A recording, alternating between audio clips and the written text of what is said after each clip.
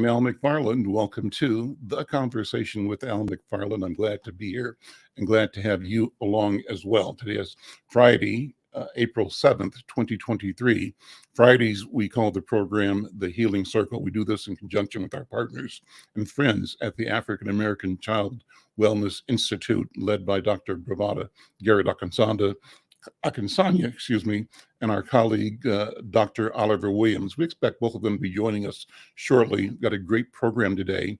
We're featuring Dr. Johnny Rice II, who's the chair and associate professor of the Department of Criminal Justice at Coppin State University in the Baltimore area.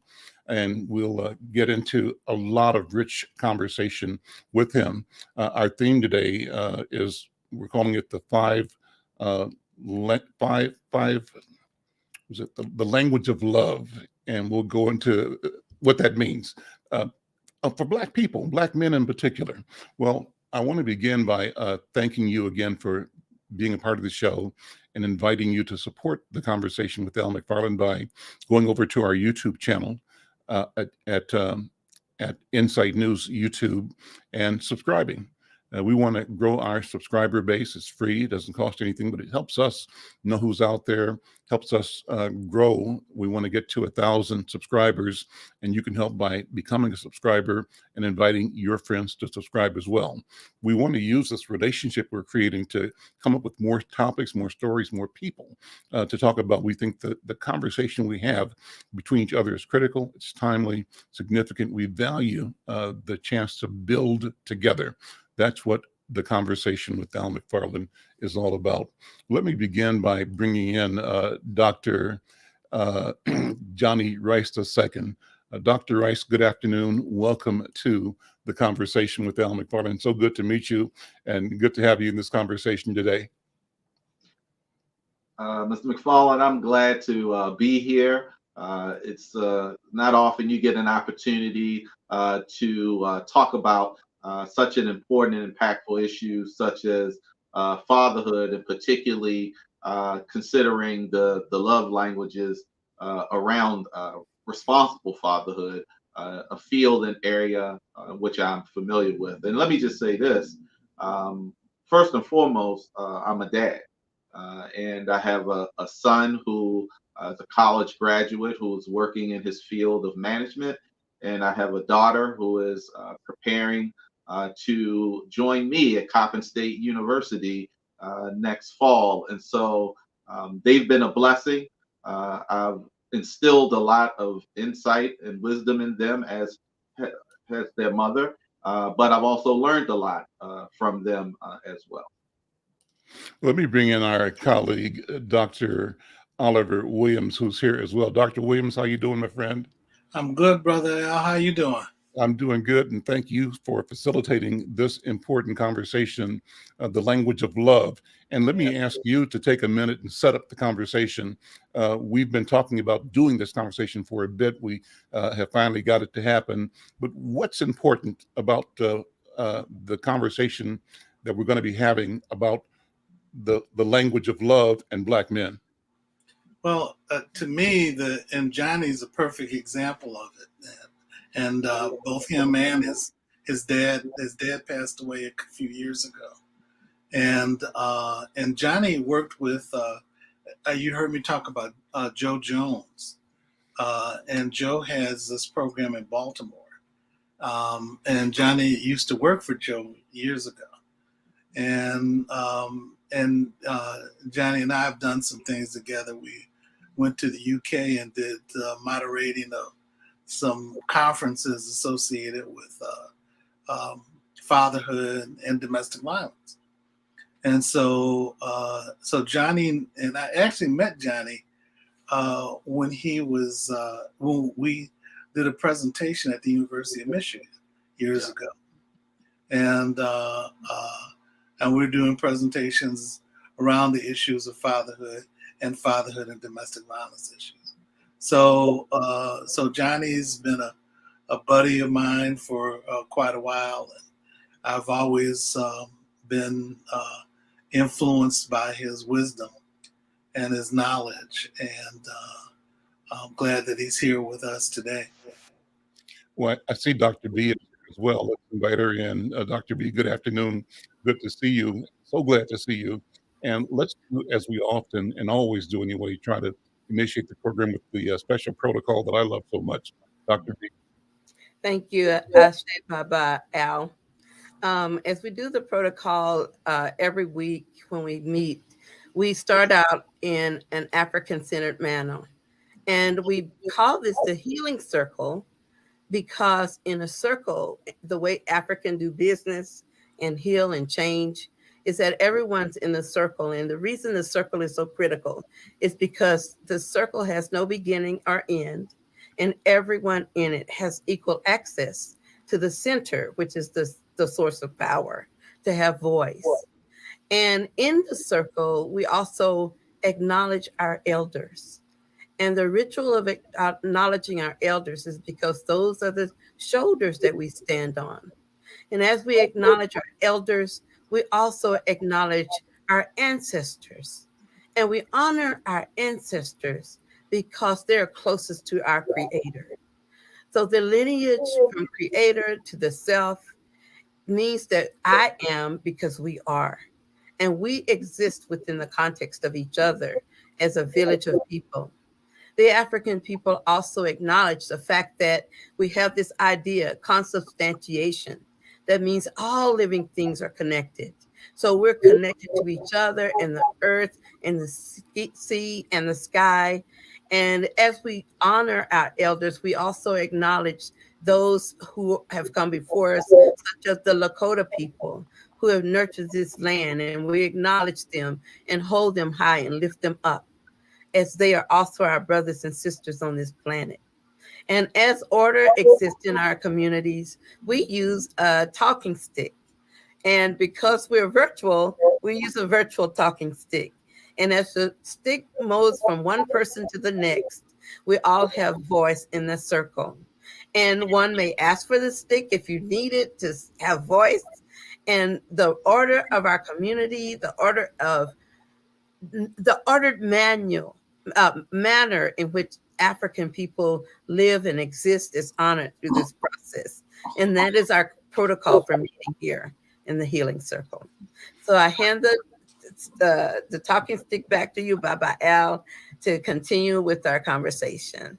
Thank you, Dr. B. I accept the talking stick. Well, I love the training that your recitation of the protocol means to me personally. I hope that it's a training that is picked up at an intuitive level by people that join the program, so that over time, people say, oh, you know what, this just makes sense. How do we center ourselves every time we meet?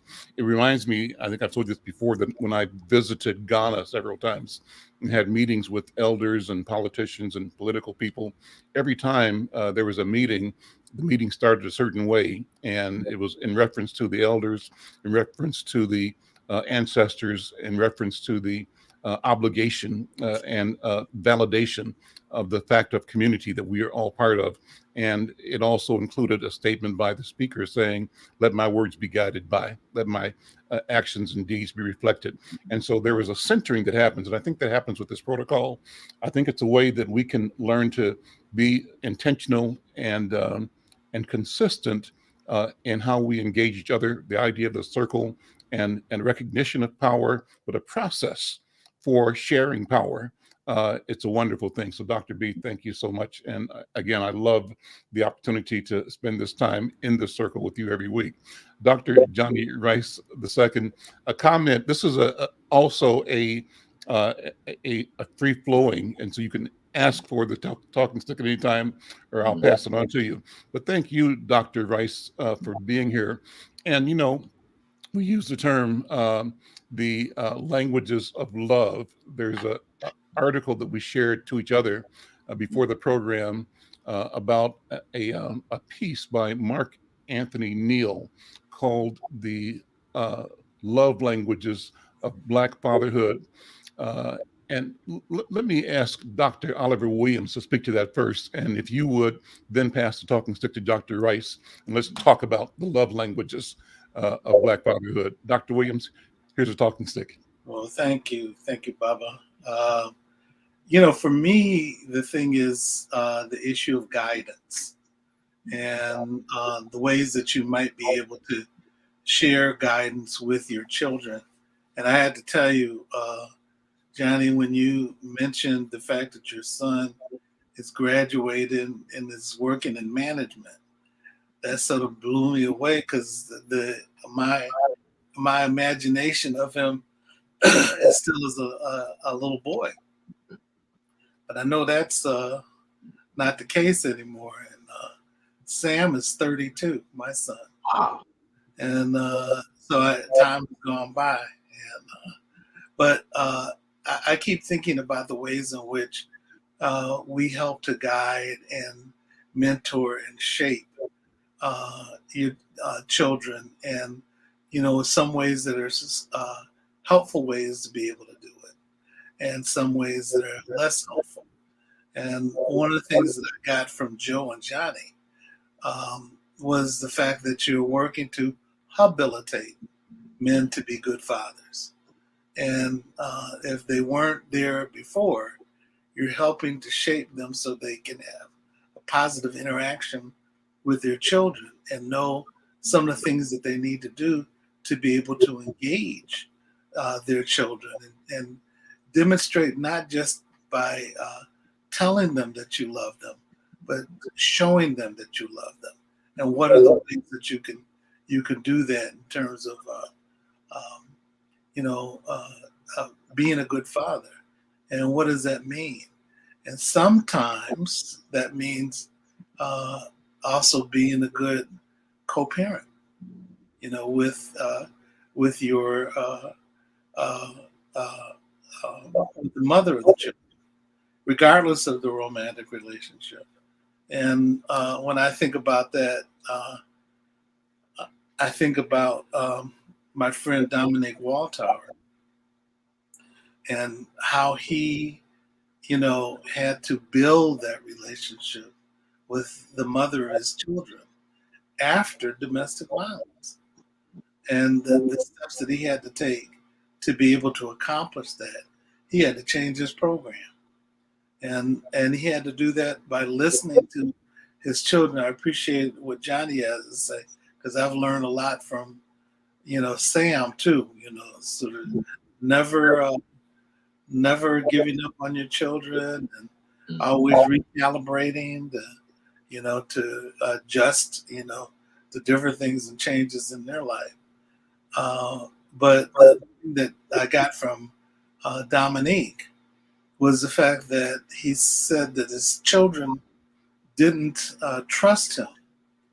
And he said that he had to develop a softer space in order for his children to trust him.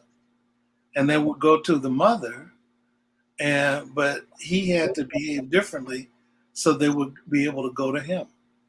And then one of the things that he said that I thought was interesting was the fact that he had to ask his children to give him a Yelp review. I said, "What's a Yelp review?"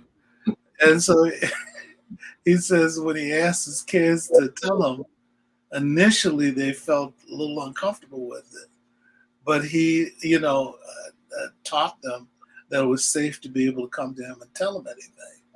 And so he said, when they felt comfortable, the one thing that they said to him initially was, "You and Mom suck."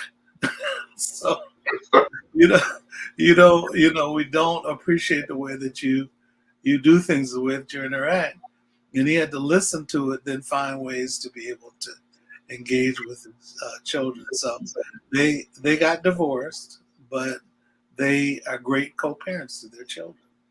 And the thing that she said that I thought was really interesting was the fact that she ended up having to, when he started doing what he said he was going to do, that's when she started to have more trust for him and more comfort, because she wasn't worried about the violence anymore, but she was concerned about him doing what he said he was going to do.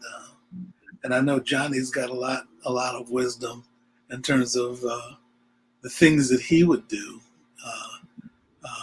in Baltimore to work with young men before he became a professor at Coppin State.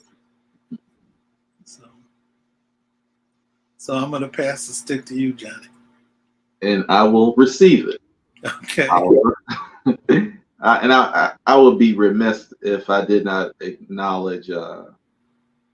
Williams Oliver as a mentor, someone who has supported me throughout the years, academically, professionally, personally.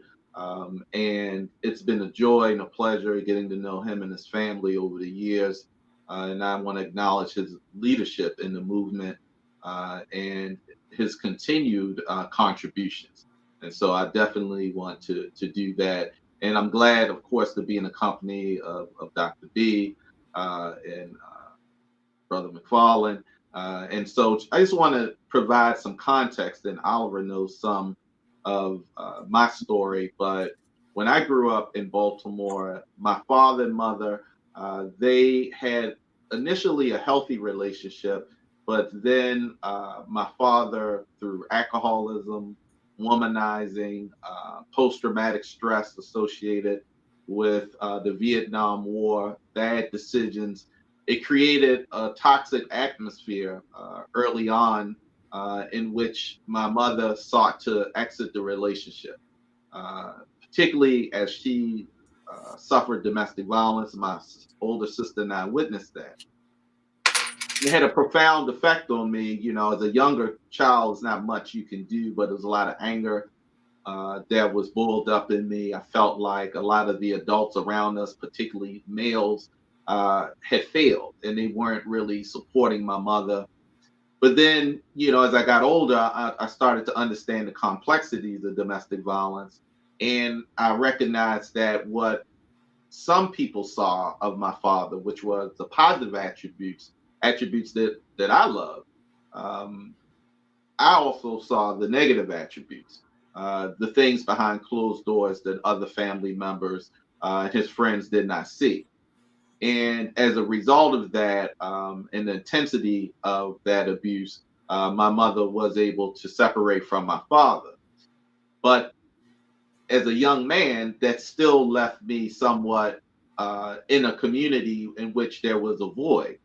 And so myself and my friends who were going through similar experiences, we stepped into manhood probably much earlier than we would have liked to. And then you compound that being in a city such as Baltimore, where some of the same systemic issues such as poverty, crime, violence, mental health exist today, they were prominent then. And I was a child coming up in the mid 80s. And so there was the crack explosion and the influx of a lot of different phenomena that was impacting families. So I share all that to say that a part of my motivation to be a great dad was because I didn't receive certain things. So when we think about love languages, I didn't receive the "I love you, son." I didn't receive the "when I see you, son, I'll hug you and embrace you." I didn't receive that affirmation that I think many young children, particularly young males I know here in Baltimore, seek. And so often when they don't get that from a father or a role model who's in a positive influence, they will get that somewhere else, and that can lead them to a path of delinquency and crime, and end up harming others because of trauma they may have experienced. And so the things that I've done with my son, having that attentive ear, that I've done with my daughter, being able to say to her, "I love you," and to be vulnerable and to laugh and to shed tears, you know, when you're, you know, at funerals, and to be able to lean on shoulders and letting your children see that vulnerability, having them see my wife, Shanae, and I move through complex challenges and issues throughout the years, but still do it in love. That's been something that I've been proud to model. But the other thing about my dad was, and this is what I've spoken on a lot locally and nationally and even internationally, as Oliver's alluded to, my dad was able to move from being a violent man to a nonviolent man, from being a individual who did not show love to me, but showed love to my children in an authentic way. To be a father to me as an older person, that he was not able to be a father to me as a younger person. And so I'm a great proponent of being open to change, creating pathways for change, and the experiences that I went through in Baltimore coming of age. Many of the men that I've worked with and the young women, be it as a foster care worker, as a youth counselor, as an addictions counselor in the prison system, as a leader in fatherhood in the Baltimore community, I've seen those families go through the same experience, but I've also seen families go through positive transformation. And so while I'm not naive to the realities of what's the challenges in our society around relationships and love, I'm also hopeful that with the proper support of the village, that positive things can happen even from negative situations. And so, again, I'm excited to be a part of this dialogue. And I've learned a lot from my dad, and I've also learned a lot from my children and my wife, and my community and my village. So I'm going to pass the stick to Dr. B. Are you on mute? Thank you, brother. Nope, I was going to thank you, brother. I appreciate getting that talking stick because I was getting excited.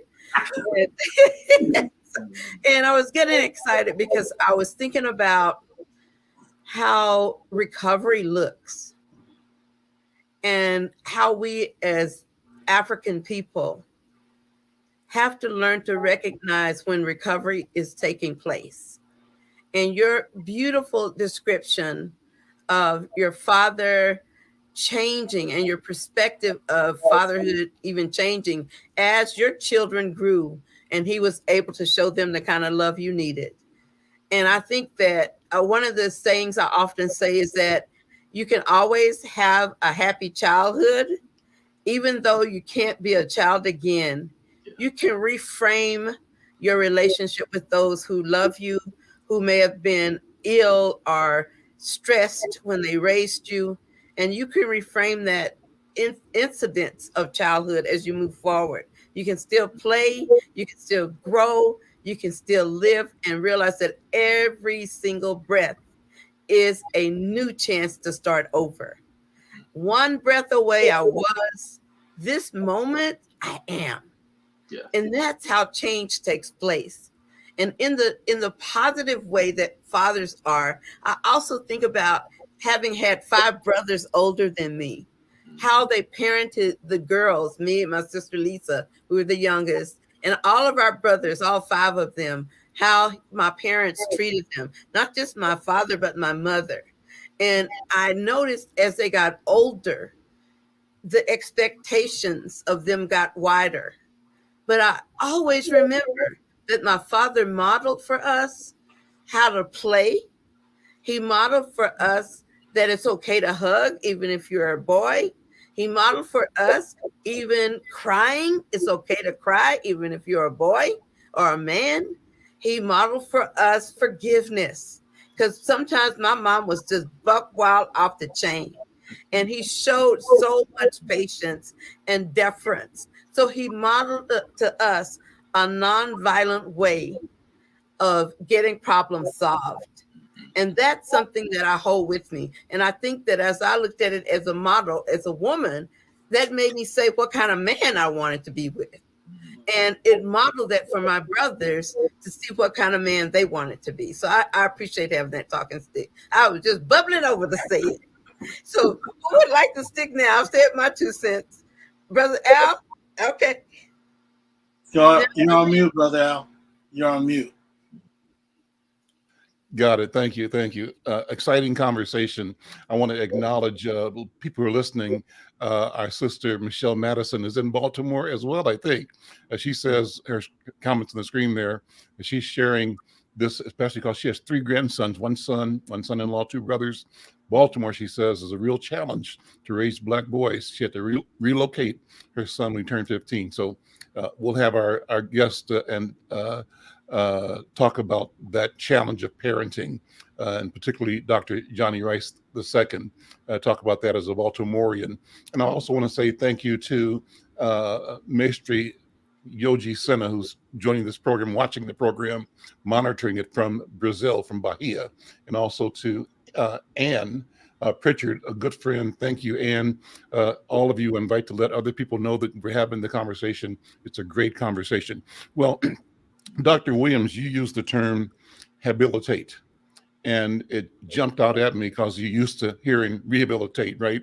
And so I'd love for you to talk more about this whole notion of habilitation versus rehabilitation. And that question means something to me because you said, Dr.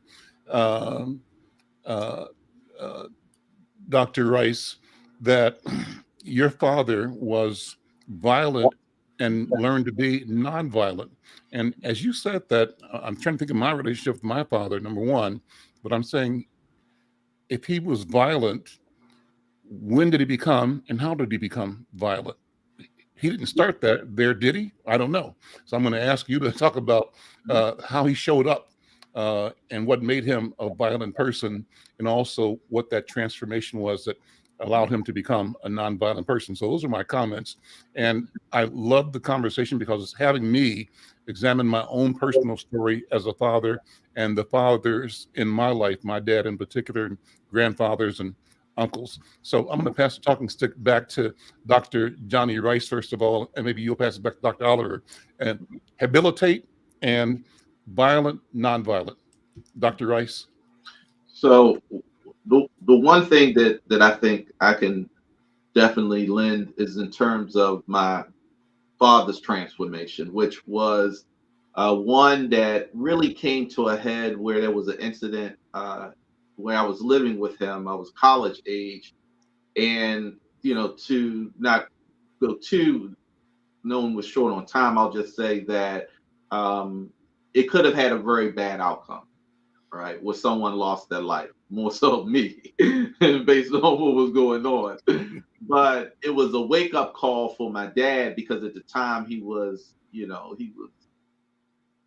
heavily, he's drinking a lot of alcohol, and he wasn't modeling what I would consider to be positive attributes of manhood. And as a result of that experience, the family, many of us disconnected from him, and it forced him to seek help. And he sought help, or really support, from our local church. And for him, that was his really pathway of change, because he went into the church community, our local community, and he kind of shared how he had affected the family with his violence. And I think him being accountable, not just saying it to us behind closed doors, but also in a public forum to others, showed that he was serious about trying to affect change in his life. And he stopped drinking alcohol. And let me just say this: if someone had told me during that period that my father would stop drinking alcohol and would stop womanizing, all these different things, I would have put everything I have on the table, put the bet the bank, and I would have said, there's no way he's changing. And he changed. And he sustained it till his transition from this earth.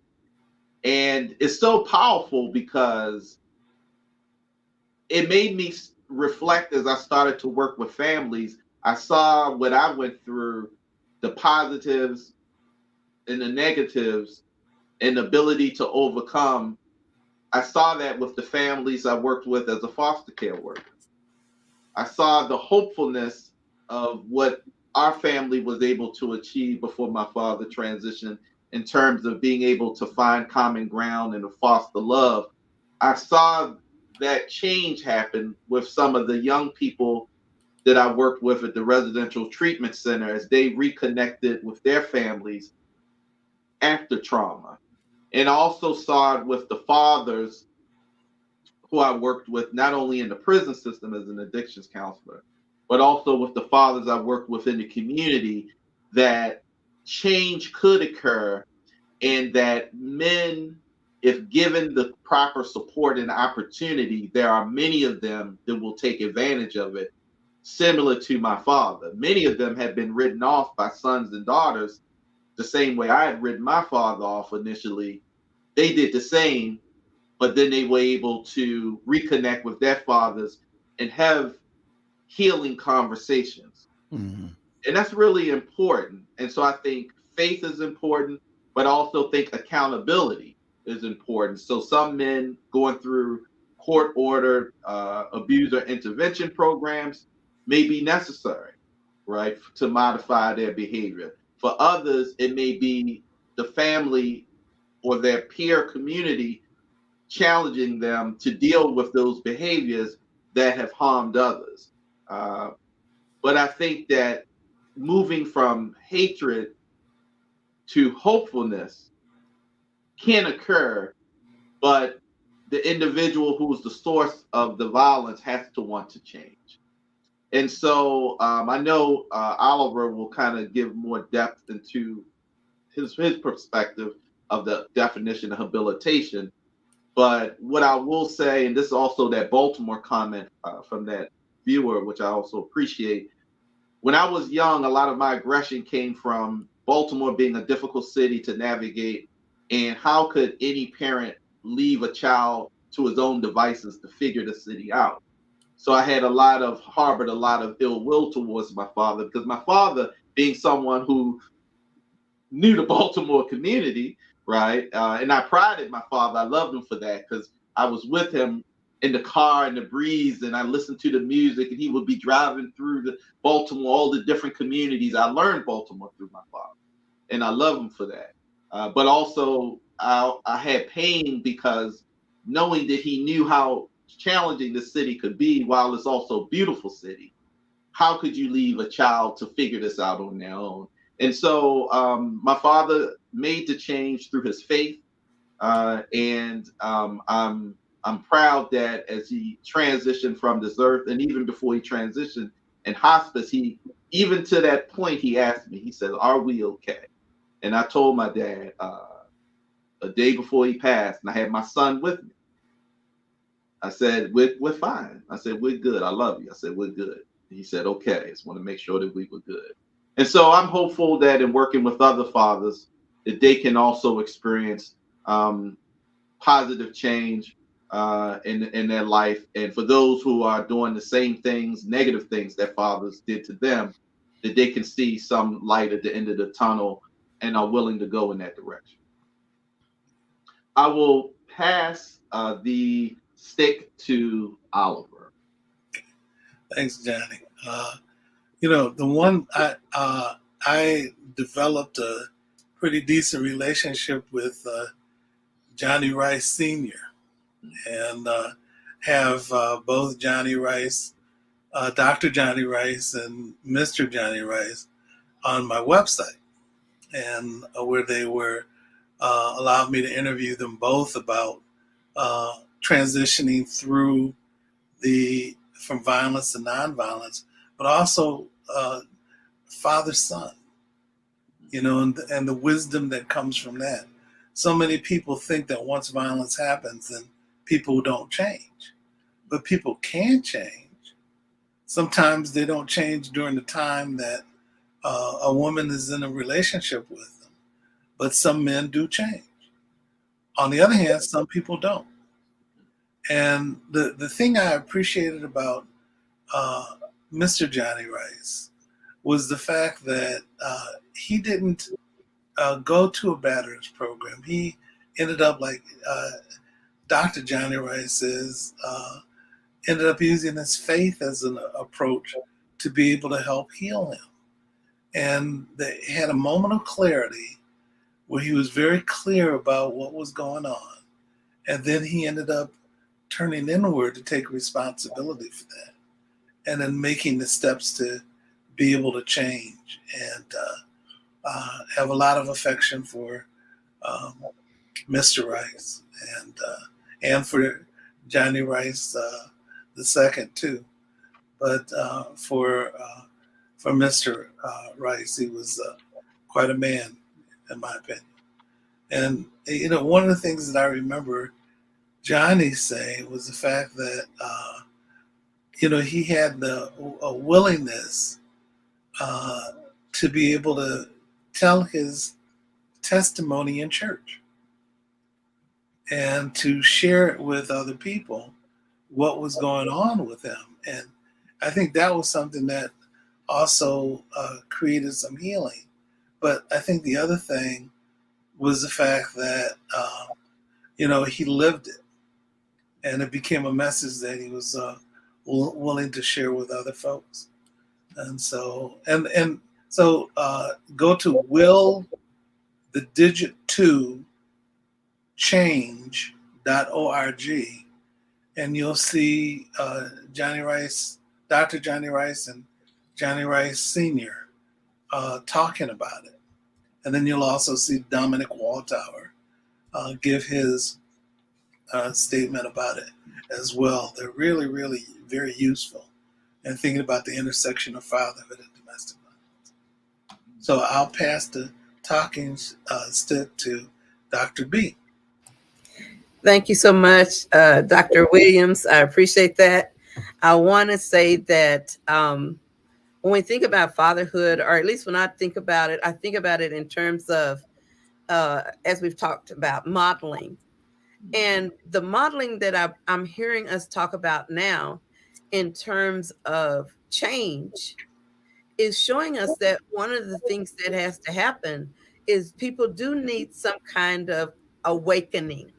They do need to become more aware and conscious, self-aware in terms of their ability to make a difference.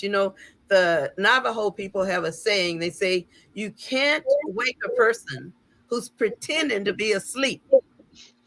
So being aware of one's own problems and not having the courage to face them is one of the things that leads to our problems as a community. We often don't want to talk about pain. We often don't want to talk about shame. Or we don't want to talk about what we've done in the past in order to co-sign on the abuse that already pre-existed before we got into a relationship. So we continue to perpetuate those traditions of harm, not just ourselves, but others. And when you change, you have to open your eyes to the fact, wait a minute, I'm a culprit to my destiny. I can't do something about what I'm doing. Maybe the world, I can't change the whole world. I can't change racism, discrimination all by myself. I can't do that, but I can change how I use my power. I can change how I use that power as a parent, as a man, as a human being, as a child of God. So this is what is beautiful. I pulled that together from listening to you brothers, powerful brothers, talking about the not just the evolution, but the revolution that occurs among a community when the Black men decide to step up. So I've got to stick for Brother Al under this condition. Well, I'm going to shift a little bit and thank you so much, Dr. Rice, for being here and for opening this conversation up. It's wonderful.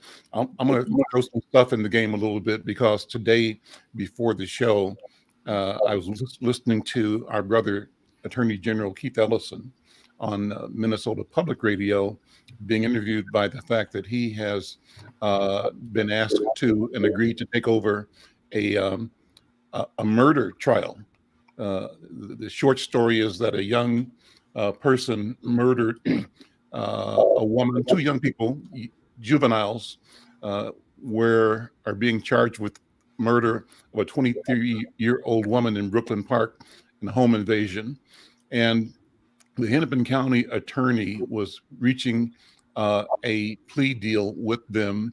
And I think the sense of the plea deal is that recognize they're both juveniles, and maybe the prosecutor in the county was weighing that heavily, and the life and the future for these young people and I think in her mind, also the gravity of the situation.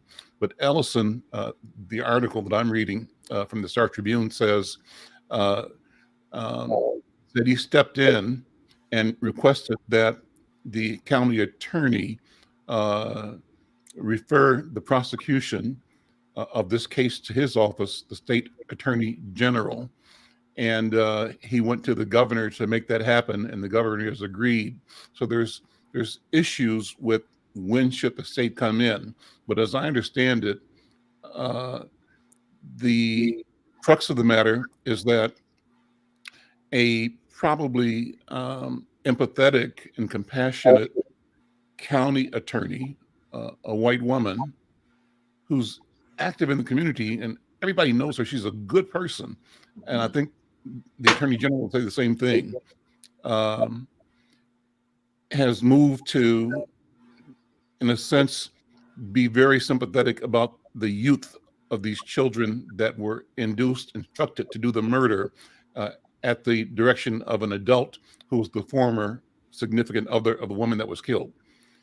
Ellison is saying this crime is so heinous, so gruesome, so devastating, not only for the victim, the murdered, but for that murdered woman's child who witnessed the murder.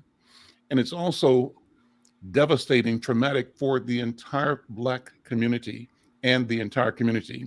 And I think Ellison stepping in, and he'll correct me if I'm wrong, is to say that we have to do more and send a bigger message, in this case, to our own children about the sanctity of life in our community and how we have to figure out how to love and encourage each other to live and not be involved in behavior that causes the loss of life as it happened here.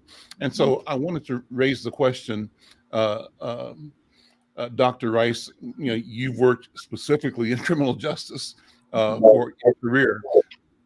And in the context of today's conversation, what does stepping up, what does accountability look like for not just those children that violated the law and took a life, but for the entire community? I hear the Attorney General saying that his position as a member of the community and in the spirit of accountability guides him to take over this case and to prosecute aggressively. I'll stop there, but I wanted to see how that fits into the question of accountability and the question of our responsibility, and how that fits into the question really of love among Black people, that being a real, and us not passing off our responsibility to each other. Dr. Rice, I'm passing the talk to sit back to you. Thank you, Brother McFarlane. I receive it. In our classes, and as a chair of the Department of Criminal Justice here at Coppin, I teach undergrad, graduate courses. And my area of specialty is criminology, specifically looking at victimology, intersection between criminal justice, public health. And this is a complex discussion because, in many instances, we have debates in class discussing the waiving of young people to adult court. And we've had similar cases in the Baltimore metropolitan area that have been somewhat similar, where you have young men who may have committed a serious, heinous crime, and the community is really torn, or the stakeholder groups may vary. And so you may hear the community of the victim speak specifically to wanting to see accountability.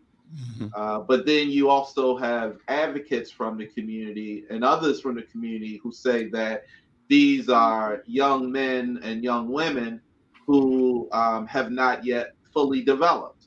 And they may have themselves experienced trauma or been groomed to be in a lifestyle that has unfortunately played out in a negative way. When we look at delinquency, we have discussion of, two different perspectives. So from the outside looking in at this type of case, someone could say, where did the community fail? But then you could have another perspective where you hear someone who may say that young person is a terror and they need to be held accountable based on the act that they committed.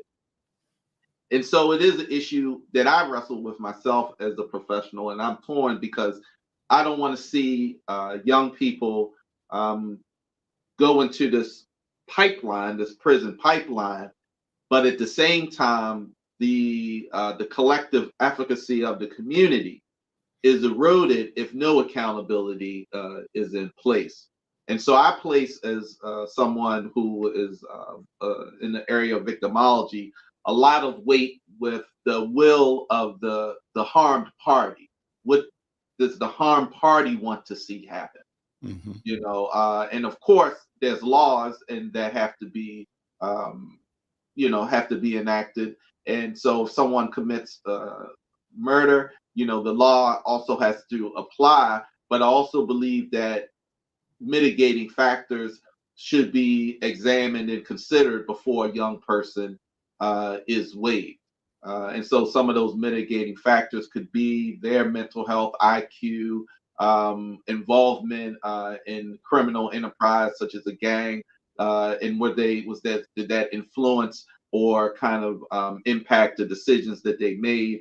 And so I don't think that for this there is an easy answer, Mm-hmm. but I do believe there has to be some accountability, because if not, again, that can erode the collective efficacy of the community. And then some would argue, what do we have then? Because there are other young people who may be engaging in behavior that could lead them down that same road.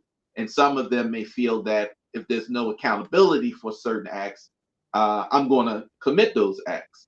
But we can't criminalize our young people or generalize criminality based on those incidents either. So I think it's a complex issue that is a painful issue, but I also believe that the voice of the victims that are harmed needs to be paramount in considering what decisions are made.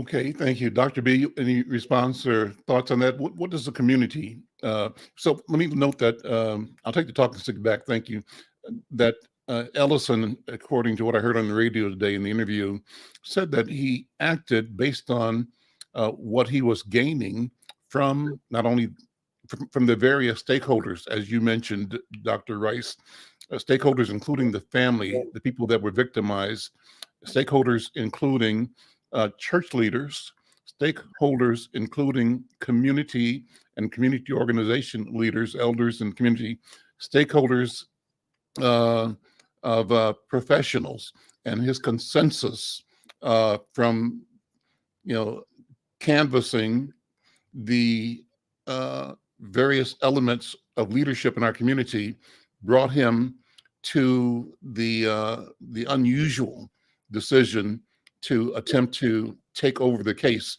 And usually, we would expect Black man, attorney general, going to always step up to defend Black kids, but this is different. And he is articulating that the broader defense of Black children, Black men, Black families requires accountability here. And accountability is not a sentence that says you can do this kind of heinous act and serve a year and go on about your life, that it's got to be bigger and more than that. And that's kind of the motive of what he's doing, as I understand it. Dr. B, let me ask you to respond. I'll pass the talking stick to you. Accountability, what does it mean in our community? And what happens, when must we, in a sense, act out of a spirit of sovereignty meaning accountability to the Creator, in my mind. What do you think? Yeah, I'm thinking of it as a psychologist, and one of the things that I always think about when I see young people engaged in situations like that is that, their brain doesn't develop until they're 26. And I think about the fact that they don't have what we call executive functioning. They don't see consequences in the beginning like most of us do. We say, if I do this, and this will lead to that, and that will lead to this. So they don't think about those things.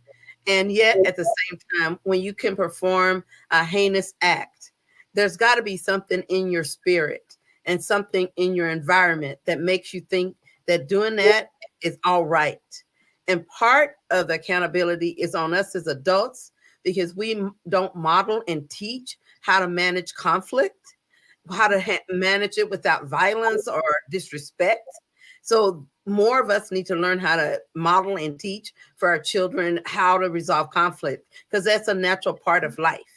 The second thing I think that when I think about accountability, is that nobody wants their children or themselves exposed to the type of kids that are so emotionally and spiritually damaged that they would kill somebody else. And they could do that maybe under the pressure of an older person, like we were saying, a gang member, but holding that in your spirit and not having the power to get out. So how much of the murder was because the children themselves were victim, like when we talked about Sister Malvo's, the sister came here earlier who had the husband who was a serial killer, or how much of it was them being a victim, the children, or how much of it was self-initiated because they're acting out their trauma, or they're thinking it's cool, or they getting jumped into a gang. What happened? That's the circumstance. And in any case, we need to give our kids more tools to manage how to say no to people who are going to harm them, and how to say yes to healthy and life-oriented practices. And so I think the accountability is on all of us. When we have kids that think that's okay, or who get in that kind of situation, we need to be more available, and we need skills ourselves as adults, and we shouldn't be ashamed to ask to get them.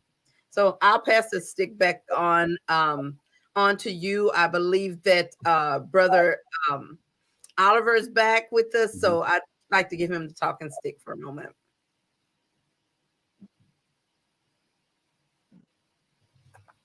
Notion of habilitation is important to me. I remember seeing a video with Joe and Johnny, and watching what it is that they did. They had a bunch of videos, but also seeing the work that they did with men that came in to the program that they were running. And the thing that was interesting to me was when the men talked about being good parents to their children, they talked about the fact that they didn't have good relationships, the good fatherhood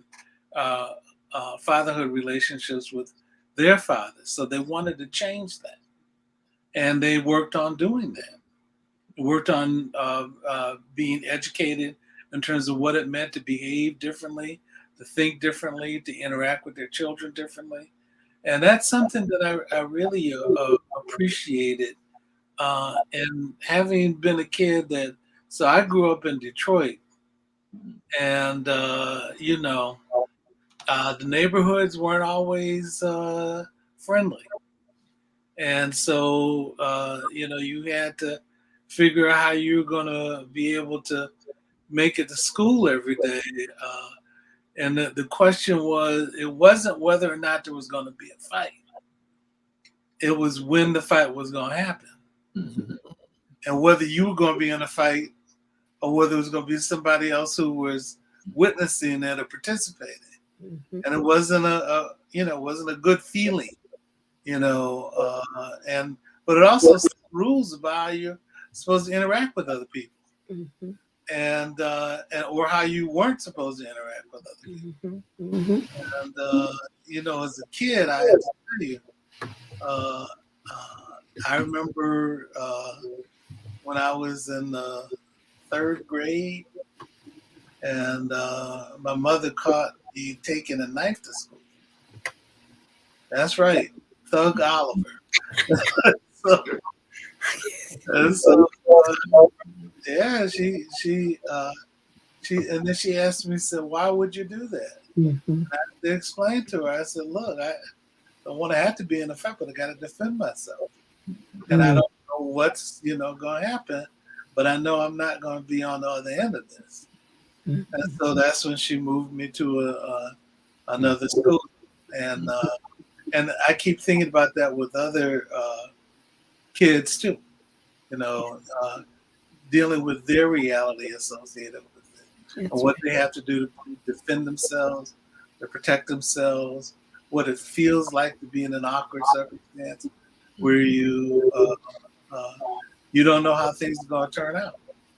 You know, so as I got older, I got more wisdom associated with it. But at the time, that's all the wisdom I needed. I said, you know, I'm not going to be on the other end of it.